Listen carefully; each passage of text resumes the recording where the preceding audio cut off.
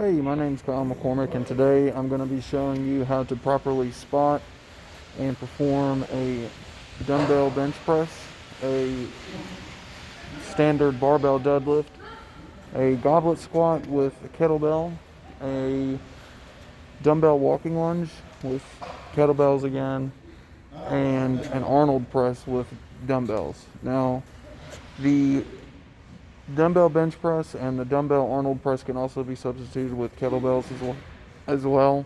I like the kettlebells because they provide a different variety of weight distribution, so you get a little bit more muscle work on certain things. Today I'm here by myself because of COVID restrictions and stuff. So I'm going to be using very lightweight, and I'm going to be basically showing you proper spotting techniques, but I'm not going to have a partner, so I'm just going to be kind of ghosting the entire time with that. But I'm fairly sure that I can get this done and show you guys how to properly do all this stuff without actually needing somebody. So, of course, before we work out or anything, we're going to do a traditional warm-up. Once we get our muscles warmed up and everything, specifically doing a dynamic warm-up or something like that, and making sure we do at least like 3 to 5 minutes of a cardiovascular warm-up and then go into a dynamic stretching routine. We're going to go ahead and hit up the dumbbell bench press first. So the keys with this one was spotting and the dumbbell bench press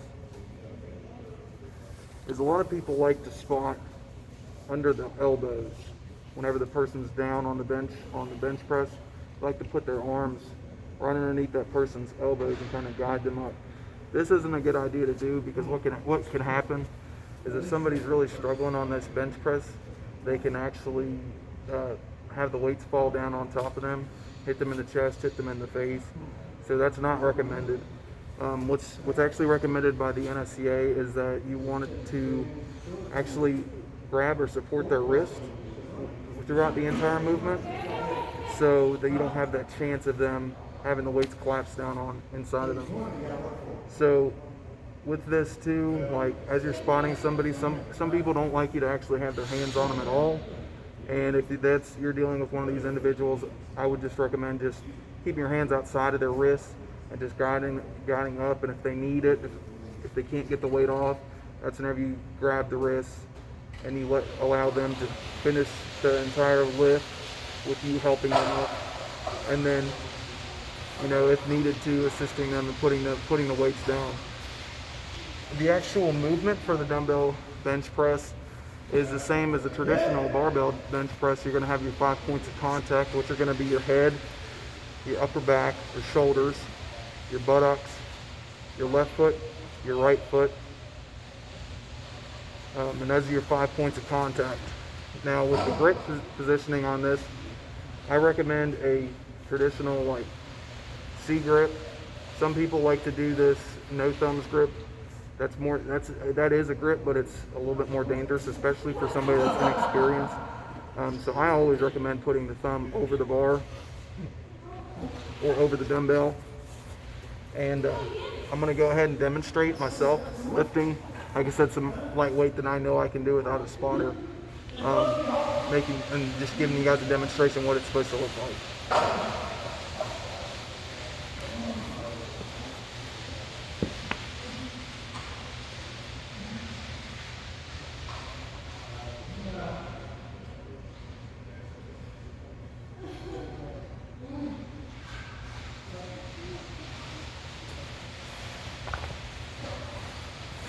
As you can see there, I was going down to the nipple line with the dumbbells.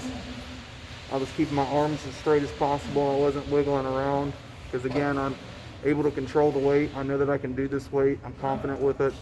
So I'm doing a nice, smooth, fluid motion throughout the entire lift. So the next thing I'm going to go ahead and show you guys is going to be a barbell deadlift. So I'm going to step back here and grab this barbell, and I'll be back.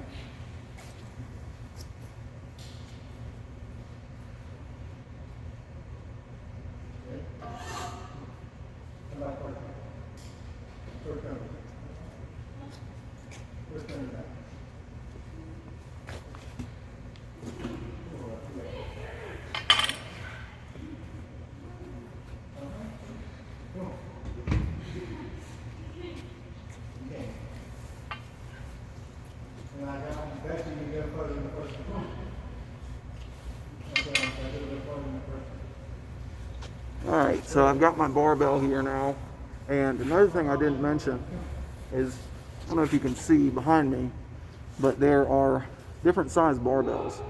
Like this one over here, it's a little bit shorter than those two back there, and that's something important to note whenever you're weightlifting, especially with deadlifts and things like that, because your maxes can change based upon the length of that barbell. Because obviously if you have a longer bar, it's going to be heavier, and you need to calculate that before you actually use that barbell. The smaller ones are typically lighter. I like the traditional, I think it's 7 or 8 foot, 45-pound barbell. This is a standard Olympic style barbell. I don't like to use the shorter ones. They're lighter, and I think that somehow it just messes with my head a little bit. But some people like the smaller ones. Some people that don't have, that are a little bit smaller in stature might benefit from using the smaller ones too.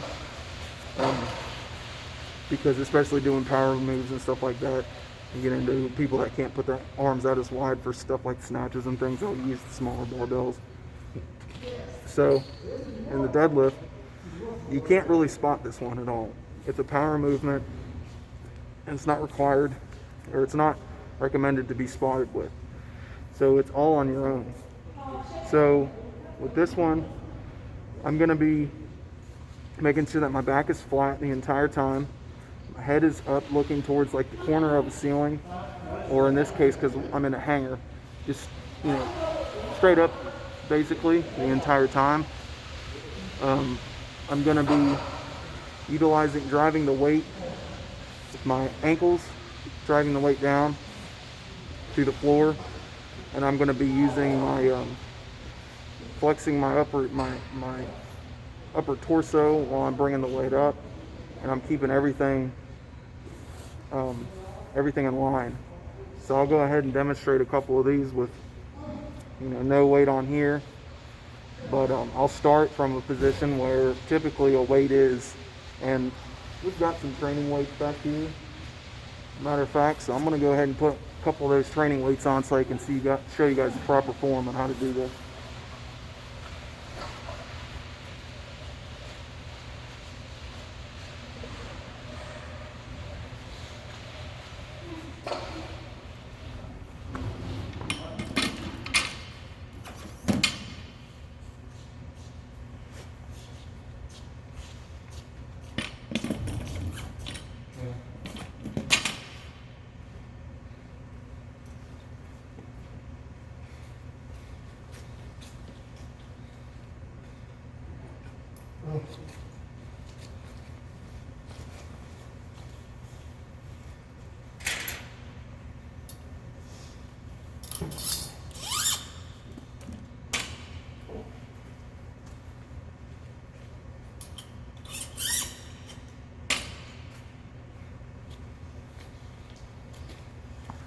Alright, so now I got my training weights on here, and that's the other thing I didn't mention that you probably saw me do just a couple seconds ago, is I put on actual clamps to secure the weight.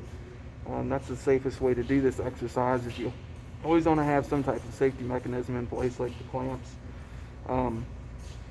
So without anything else, I'm going to go ahead and demonstrate a couple of these lifts so you can see the correct form and technique for it.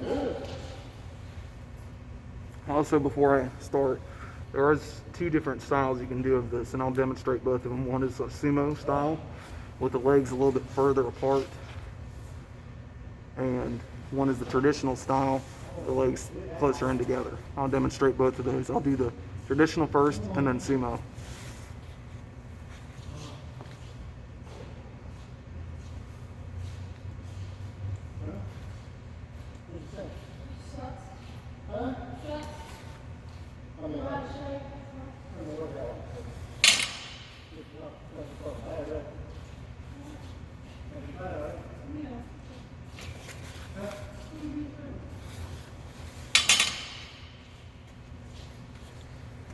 Now I'll go ahead and turn to my side so that you guys can see the side angle of it.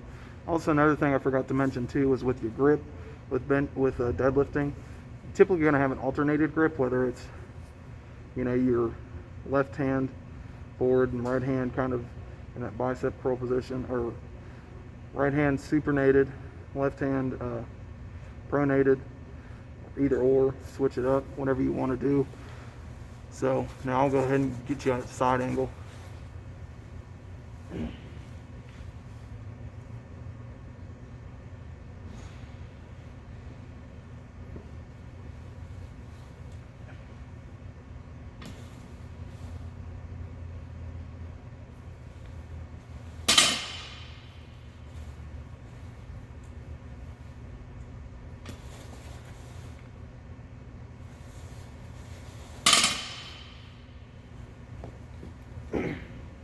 Alright, so what you should have saw there is I kept my back straight the entire time I was looking up. I kept my chest stuck out, or I was performing the movement. I was driving all the weight in with my bottoms of my feet, my ankles particularly, and I was taking my time, slow and concentrated up, slow and concentrated going back down.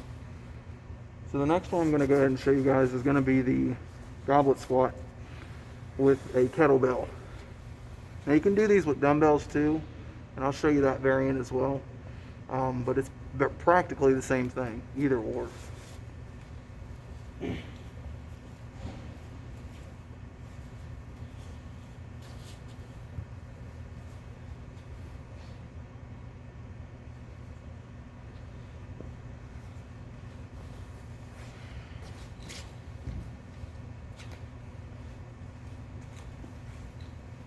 Alright, so here I've got a kettlebell here, and the basic form of this is the Goblet Squat is you're holding the weight like this, or with the dumbbell, you're holding it like this. And this is basically the squat position that I'm going to get down into with the Goblet Squat.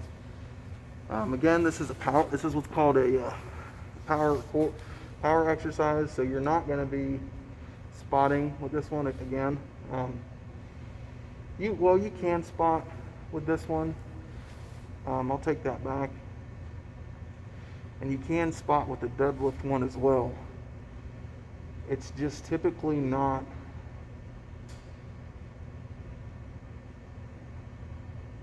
You can spot with both of them, and you should spot with both of them.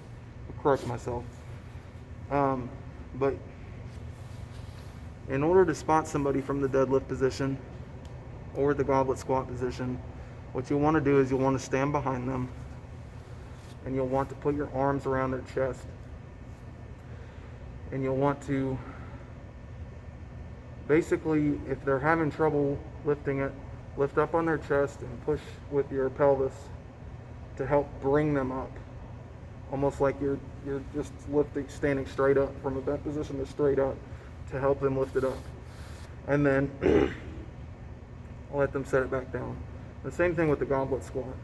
The reason why I was saying you don't need to spot somebody for this is because it's not necessarily dangerous if they can't get it, because they're just not going to be able to get it off the ground anyways. And if they're not able to get it off the ground, they can set the weight down and not pose any danger to themselves, typically, or anyone else, as long as they're using correct form and they're using clamps. You shouldn't have to spot somebody for this. But if you really want to, and they're really wanting you to, then you can. So now I'll go ahead and demonstrate the Goblet Squat.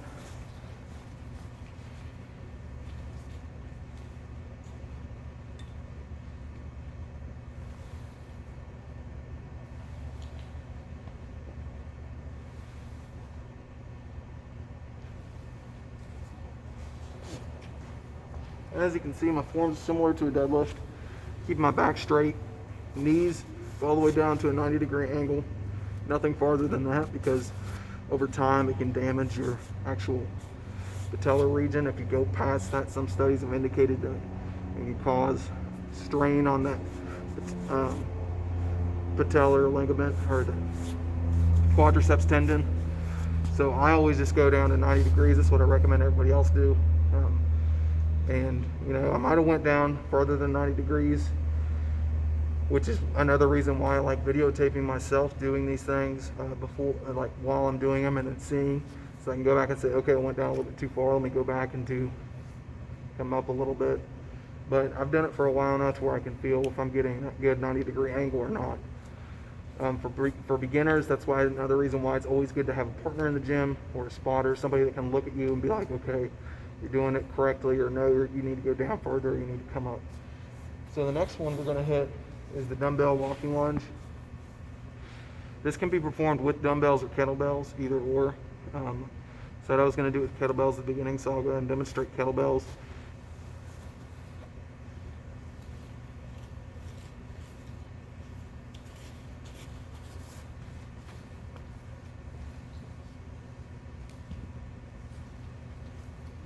Now this one, again, you're not going to really be able to spot somebody doing this one. If they can't get the weight off the ground, they're just going to get down to a knee. They're not going to be able to stand back up. They're just going to have to drop it and stand up. If the weight's too heavy for them, you need to, and you want to spot them, you can do it the same way you did the deadlift.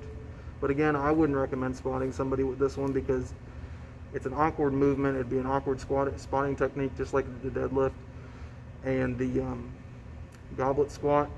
But you still can spot somebody if you need to. So, and the goblet squat, really, you do need to spot somebody with, especially if they're going for a really heavy weight.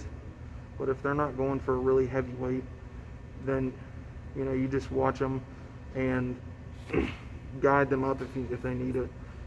But all right, so now we'll go into the lunge, and with the kettlebell lunge, you're going to be letting these weights hang freely from your side the entire time. You're just going to take a step forward, bend to about 90 degrees with your leg, and then come up. Some people like lightly tapping the floor with your knee, and that's fine. I typically try to keep my knee off of the ground, just because if you're getting wore out and stuff, you might fall and hit your knee, and that can hurt.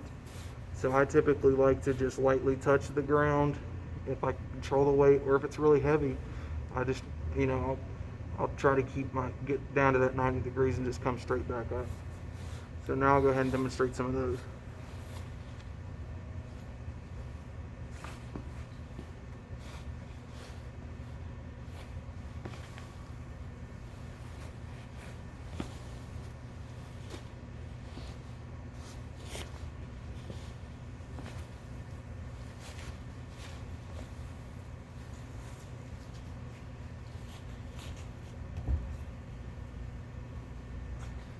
As you can see there, I was properly keeping my head up, my back straight the entire time.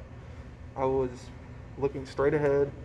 I wasn't bending over or anything like that. I was keeping straight posture, which is very important. You don't want to be lunging over like this. You want to keep straight back the entire time you're doing it. And there, I lightly tap the ground with my knee. So the next one we're going to do is the Arnold Press.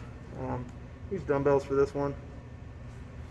Arnold Press is very similar to a shoulder press, which is just straight up, except you're going to be turning these weights inward as you go down and then back out whenever you go up. With this one, you do need a spotter with, for sure. And again, I'm going to be using some extremely lightweight that I know I can do by myself because I don't have a spotter here today. So the typical way to spot these is the same thing as the bench press, except you're gonna, the person's gonna be standing erect. So they're gonna be putting it over their heads. What you're gonna want to do is keep your hands around their wrists. Maybe not touching their wrist physically, but just around them the entire time they're doing it, so that if they can't get it, you can grab their wrists and help them set it down, or grab the wrist and help them push it up, and then have them come it back down and drop the weight down. Again, a lot of people like to do the elbows, and that's not a good idea with this one either, because the person can drop the weight on their head if they come inwards, or they can drop the weight outward, bang that joint, and hurt themselves that way too. So again, hands go around the wrists as you're guiding them up. I'll go ahead and demonstrate a couple of these for you. You can also do this exercise standing or sitting. It's your own personal preference. I personally like standing. Some people are more comfortable with sitting. It's either or. Now, if I'm taller than the person that's spotting me, obviously I'm going to be sitting because they're not going to be able to get their hands over me. And honestly, unless you have a tall spotter or somebody, or you have a stepping stool or something that somebody can stand on to spot you, you should really just be doing this sitting down, and then having the person behind you as a spotter be able to actually lift all the way up above your head. Make sure that they can lift all the way above your head, and of course, make sure the spotter can actually help you lift the weights as well. They should be able to do the same weight you're doing, and if they're not able to do that weight, then you need to find somebody else that's a little bit stronger that can lift the weight, help you lift the weight off you. So without anything else being said, I'm going to go ahead and demonstrate just sitting here on the bench, proper Arnold press.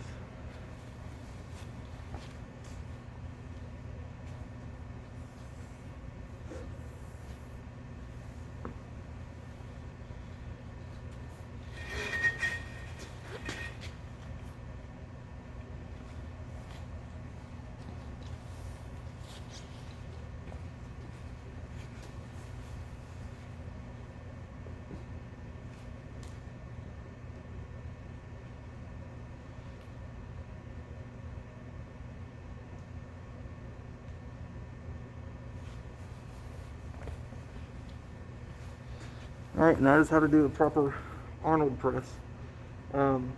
Again, always use a spotter whenever you're doing anything over your head, bench pressing or Arnold pressing, squatting, things like that. You can never go wrong with having a spotter. So the only reason I'm in here today without one is because of COVID restrictions, and I didn't want to put anybody else at risk today with doing this. So I hope you enjoyed my video, and thanks. See you guys later.